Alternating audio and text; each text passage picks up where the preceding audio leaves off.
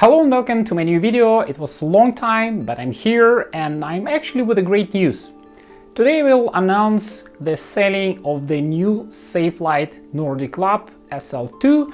It's a second version of the safe light and I want to present the finalized product and make it available to everyone. So this safe light, based on a technology which you can find in the documentation for the RA4, it's basically low power 595 nanometer light, which is actually the sodium low pressure lamp, the yellow lamp, which used back in the day in the darkrooms, but nowadays it's a modernized version of the same thing. So the features of this light. So the first of all, I always want to have light which is not really occupying the space, even power plugs, because usually you have like 3-4 power plugs and you need a power adapter. So this light is fully wireless, so it means it has a battery inside and it's rechargeable battery. It was a little bit tricky how to install the battery and the charging system inside, and in the same time keep the safe light is actually darkroom safe. Some of the products on the market doesn't really care. And for color darkroom, it's actually a huge problem if you have a light leaks, if your light leaks from the green LED or different color LED, especially white one, green one, blue one. All of this LED, they kind of not really bright, but in the same time they crazy sensitive for your paper, and you need to always think about that when you're designing product like this. And in a minute I will show you how I solved this problem. It was not really easy and straightforward, but kind of easy, and you just need to think about the small stuff in your product. And this is really important part for me because it solves so many small tricks and small whistles around this safe light. As you can see, the safe light itself, it's a 3D printed product. It's 3D printed from the ABS. It's high quality material, top part printed from the white ABS and the bottom part printed with a glass filled ABS. So the reason for that, I actually want a product which is long lasting and rigid and actually stable. It will not warp and it can sustain different types of lighting. You can store it everywhere.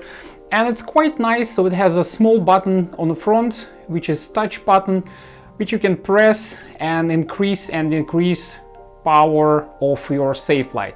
I intentionally make the safe light a little bit overpowered, that you can set it up in a different corner of the room, and in the same time you can illuminate whole room but have a low power on your paper. And it's basically, if you press it and hold, it increases power, and if you press it and hold again, it's decreasing power of the light. And if you click, it will turn off the light, and if you click again, it will turn on the light. So on the back side of the light you have a USB-C charger, and on the bottom side you have a small hole for indicator for the charging, which I will show you in a second. As you understand, I want to make a safe light which is actually working really well with the power plug or without the power plug. For example, if you want to use it, you can easily use it with a power adapter. So it's using 5-volt USB-C, so you just plug the 5-volt USB-C in a connector and it works, and at the same time it's charging, which is really great.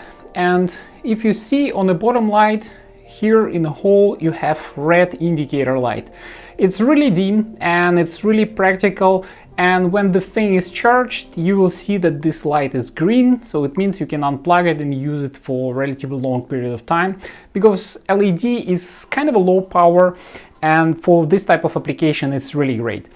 The important part about the charging, as you can see here, the USB itself, I applied a special black glue around the USB, additionally to protect it from the light leaks around the USB. So basically you can see only a red light from the bottom hole, and you cannot see any light leaks from the USB charging. So it's basically, if you will charge it while you're in the darkroom, no worries, I tested, it actually works. It's no light leaks, no problems. You just need a 5-volt USB-C, standard charger, standard cable, really cheap, to just charge the light while you're in the darkroom. So no problems and no worries about that.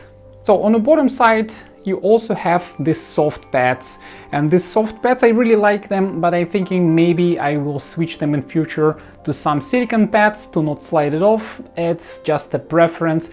I will think about that and I will test it, but for the first product run I will actually make some settings like this, and I will print it with these colors, and maybe in future, if somebody needs, I will make it 2 different colors.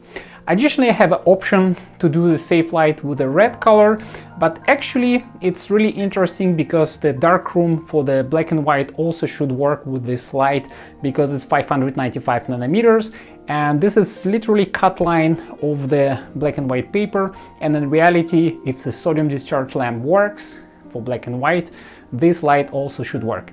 So I'm not sure.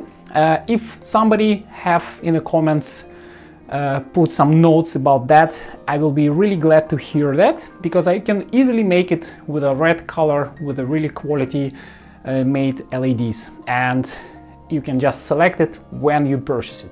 But the first run will be exactly these safe lights, and I will produce a small batch and just see if I have enough people purchasing them, because they will be not crazy cheap. And in future, for the probably next month, I will prepare some additional assembly guides.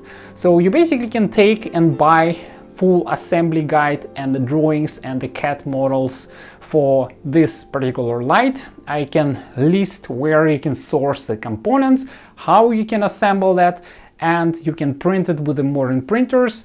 You can print it from the PLA or PETG or something like this, and nowadays a lot of people have their own printers, so you can print it your own, and it's really easy optimized for printing on any type of printer.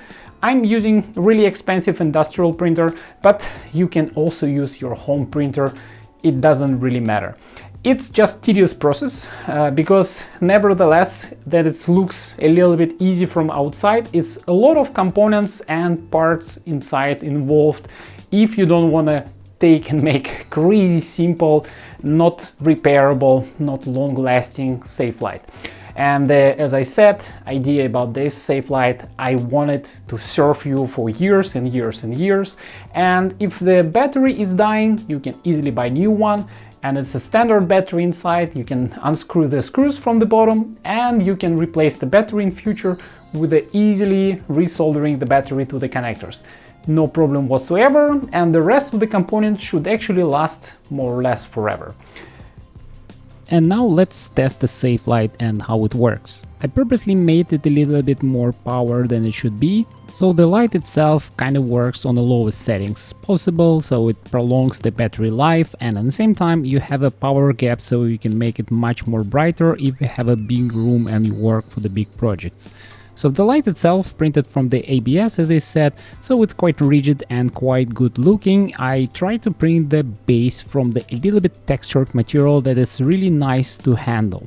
As I said before, I glue the special glue around the USB connector, and also the board itself is screwed in with a special heat insert adapter, so it's really rigid and it's really hard to break from the shell. You can adjust power on the light, just a long press on the button, and you can turn it off and turn on, and it will save the last setting which you used before. LED direction is up, so we'll get most power on the ceiling with the diffuse light, but anyway, it's a safe distance 2+ meters from your object which you're exposing. My power goal after development of the paper was to have at least 2 minutes of paper from the paper safe with the power with the 2 meters and have no exposure and no fogging of the paper. Unfortunately, you need to test it for yourself, and this is how we do it. So you basically take a test printer, you open up each window for a different period of time and adjust the power on the safe light, but firstly put it far away in the far corner. On this test strip you can see from the left I have 1 meter with 100% power, and the paper is completely blue, and I have half power, it's also blue, and I have 1 minute with a 1 meter with a kind of a lowest power, and it's still foggy, it's not perfect, but when I put it for 2 meters, I have 1 minute, 2 minutes, and actually even more than that without any fogging of the paper. Only on the 4 minutes you can see it's a little bit half the corners a little bit fogged. So this is your kind of a power settings, so you need to dial them in for your purpose and how long you take a paper from the dark box to the exposure and to the drum.